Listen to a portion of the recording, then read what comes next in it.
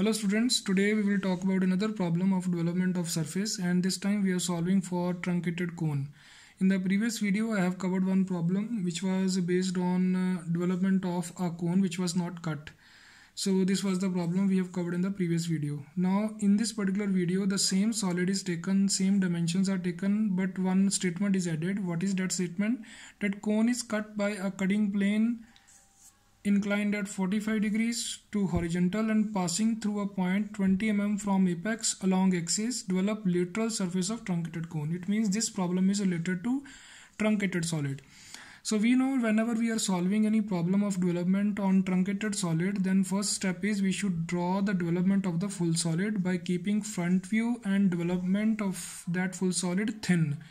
So what I did, I have already drawn the procedure of development of full solid, that is development of the cone. I kept front view and the development of the full cone thin. Now let us convert this particular problem to truncated cone. So for that, what do you have to do? You have to draw the cutting plane line. So let us see the position of cutting plane. So what he says, cutting plane is inclined at 45 degree to horizontal and it is passing through a point 20 mm from apex. Where is apex? Apex is here along axis. So from apex along axis I have to measure 20 millimeters. So let us measure 20 millimeters from apex along axis. So it will be here.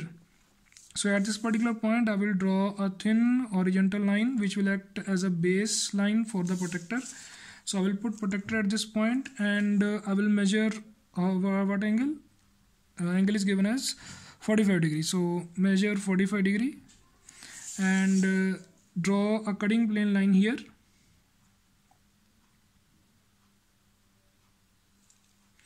It must be a chain thin line, thick at ends. So the starting dash and the last dash of the cutting plane should be thick and it should be outside the view. Now what next we will do? We will make the lower portion of the solid thick. But remember, these are generators. We have to keep these thin. Only these two edges we have to make thick. So what we are trying to say over here, that this portion is kept thin. It means that upper portion of the solid is removed. So we are doing development for the left solid, which is shown thick at the bottom. So what is the next procedure? We have to apply again radial line method. So what we need to do, we have to choose the intersections obtained between the cutting plane line and the generators. So let me make these intersections bold for you so that you should understand which points we are targeting. Now let us name these intersections. So this intersection is on first generator, call it as first edge, call it as 1. This intersection is on generator 8 and 2. Let us call this as 8 in bracket 2. So this will be 7 in bracket 3. Then this is on this particular edge, call it as 6 in bracket 4, and this point is 5. Now what we will do, from these points, these intersections, we will take horizontal lines up to this slant height O'5'. We call this as these lines as projectors. Keep these thin. So these must be parallel to each other and parallel to the XY line. So remember, these are continuous thin lines. And one more thing to observe, that you have to draw these lines first up to this particular slant height. Don't exceed these lines beyond the slant height. Now what is the next step? We have to draw curves. So place your compass at this particular point apex and open compass equal to this distance and draw a thin curve inside the development. Same step we will do from the remaining points. Again, compass is placed at apex and open compass equal to this particular point and draw another thin curve inside the development. Similarly from remaining points.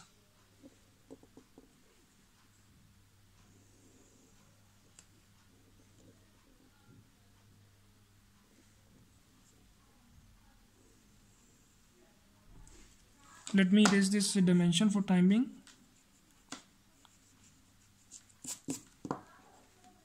So from the last projector as well, draw another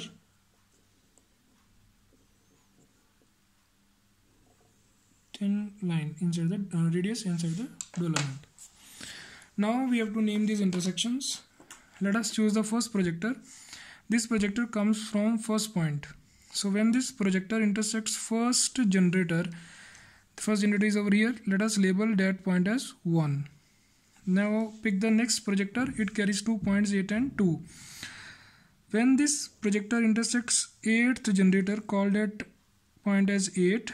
When same projector intersects the second generator, call that as 2. Then focus on the next projector. It carries 2 points, 7 and 3. When this particular projector intersects 7th generator, call it as 7. When same projector intersects 3rd generator, call it as 3. Similarly, next projector carries 6 and 4. So when this projector intersects the 6th generator, call it as 6. When it intersects 4th generator, call it as 4. Similarly, last projector carries only 1.5. So when this projector intersects 5th generator, let us call it as 5. Another generator is here labeled as 5. So that point will be over here. Now in case of cone, we have to connect these points with the help of freehand curve. So let us first draw a thin curve. Follow the slope of the curve. Once you are sure the curve is smooth, make it thick in a single stroke. Do not shade it. Do not use double stroke. Only single stroke thick curve you have to draw. So this is the cut portion of the development. Now make this part of the development thick, and this portion of the development should be thick. And of course this arc of the development will be thick. Now this is the final answer of the truncated cone. So in this case, 2 more dimensions we have to add. First of all, we have to show the angle of the cutting plane that we can place here, that with horizontal this angle is 45 degrees. And show this angle as well inside the development. This angle is 160 degrees. Then we need to show the position of the cutting plane. Position was mentioned 20 mm from apex. So from this point, draw thin line, thin extension line, and show 20 mm distance from apex. So all the dimensions are placed now. So I hope the procedure of truncated cone is clear to you. Thank you very much.